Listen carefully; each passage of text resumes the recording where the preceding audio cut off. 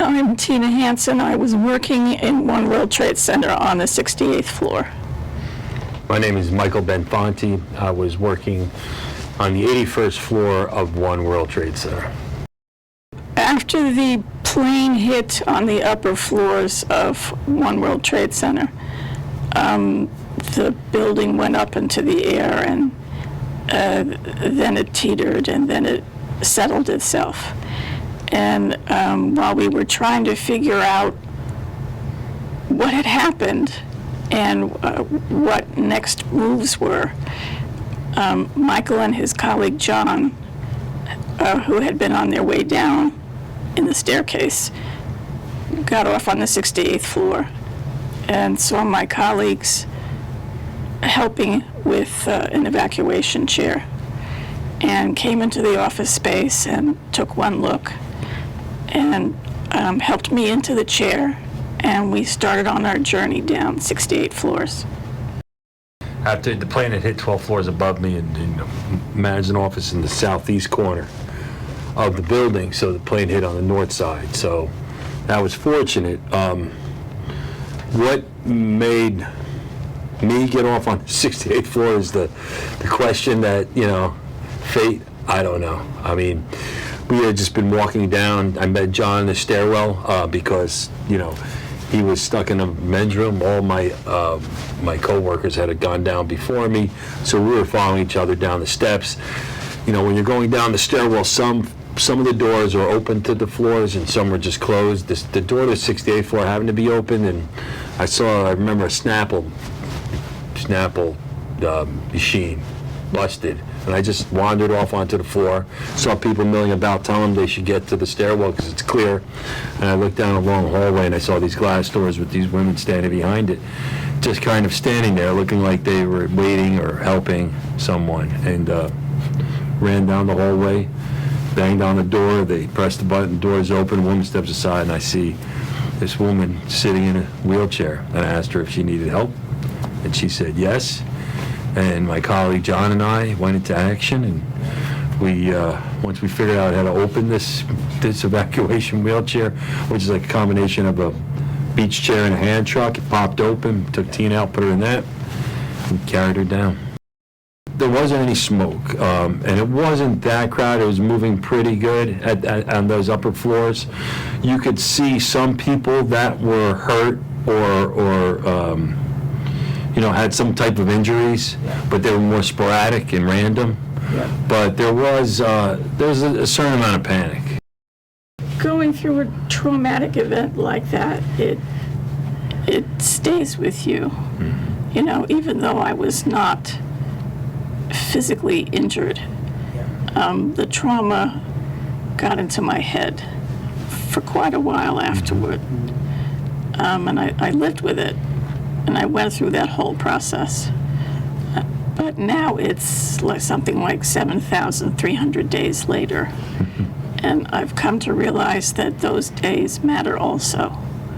Not to forget, of course, 9/11 or to diminish it, but to give equal importance, equal weight to everything that has come after.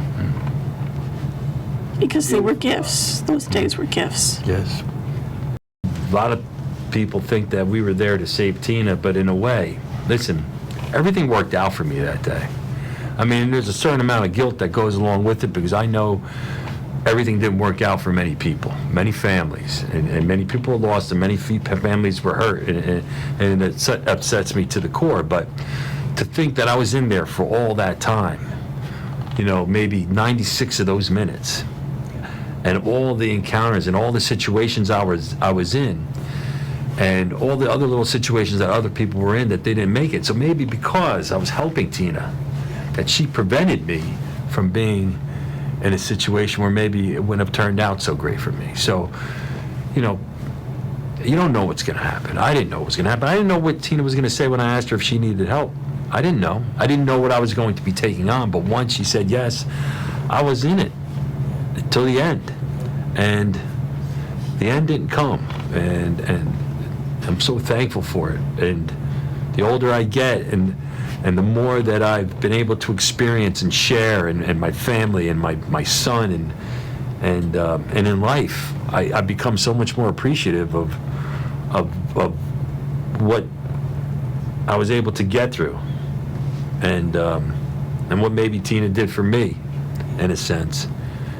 And hopefully people can look at that and just, like Tina said, lend a helping hand, lend a kind hand. That's all it takes. I mean, there's a lot of people out there that need help. And there's a lot of people out there that I think that don't think they can help, but they can. It's just simple. Just stop, take stock of the situation, and act. That's it. If we can all wrap our minds around that we're all human beings and that we all need help sometimes. And, I've always considered myself to be pretty able.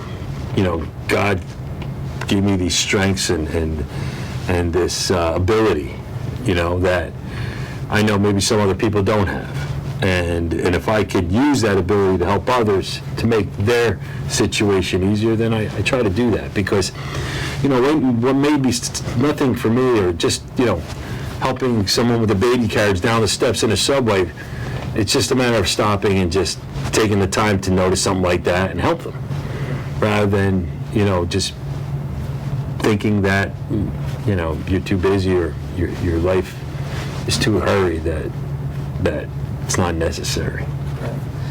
There are opportunities to be kind to each other on a daily basis, as Michael's good example of helping someone, being observant and maybe making an offer to lend a hand.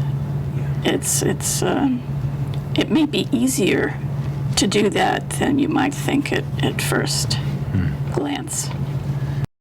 I think we can get too caught up in our own lives to only see the surface of the situation, of what's going on with a person, or what they said, or what they did, without maybe taking a step back and trying to consider what brought them to that, or where they came from, or what their situation is.